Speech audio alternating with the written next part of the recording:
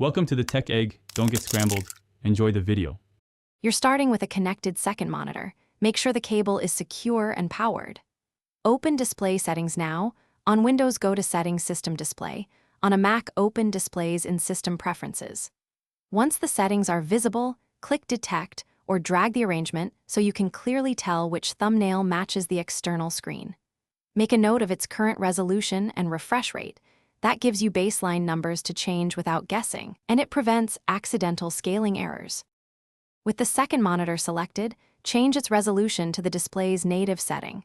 That yields the sharpest image.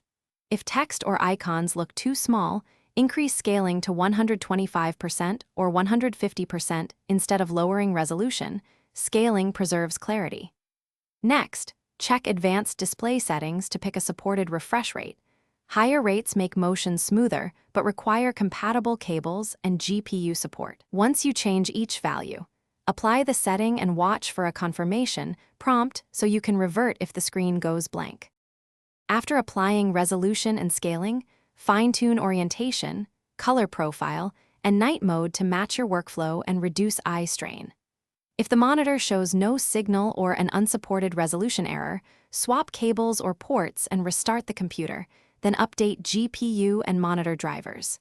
If text appears blurry, restore native resolution and set scaling to 100% or run ClearType Text Tuner on Windows. These steps fix interpolation.